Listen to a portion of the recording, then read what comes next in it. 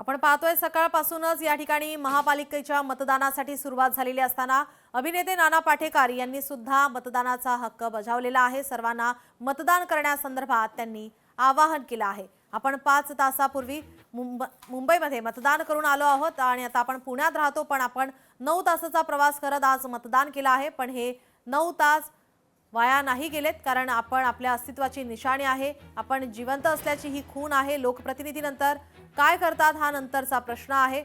सर्वांनी मतदान करा असं आवाहन या ठिकाणी नाना पाटेकर यांनी केलेलं आहे। घराबाहेर पडून मतदान करा असं आवाहन केलंय।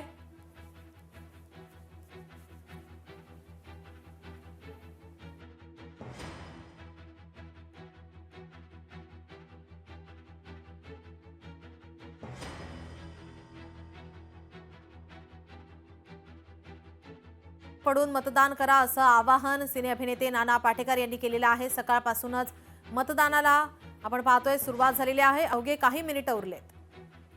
5 तासापूर्वी मतदान करून आलो मुंबईला। मी इथे पुण्यात राहतो, पुण्यात नाही, पुण्यापासून 1 तास सव्वा तास लोणजे नावाचं एक गाव आहे छोटंसं, सिंहगडाच्या पायथ्याला, तिथं मी राहतो। पण इथून सकाळी निघालो 4 तास, यायचे पुन्हा 4 तास, तिथे वावरणं त्याला 1 तास, 9 तास गेले। पण 9 तास वाया नाही गेले, 9 तास कारणी लागले, कारण ही माझ्या अस्तित्वाची निशाणी आहे, मी जिवंत असल्याची खूण आहे। आज सुटी साजरी नका करू, घराच्या बाहेर पडा, मतदान करा, कुणाला पाहिजे त्याला करा। लोकशाही मराठी ऐका, पहा, जागरूक रहा।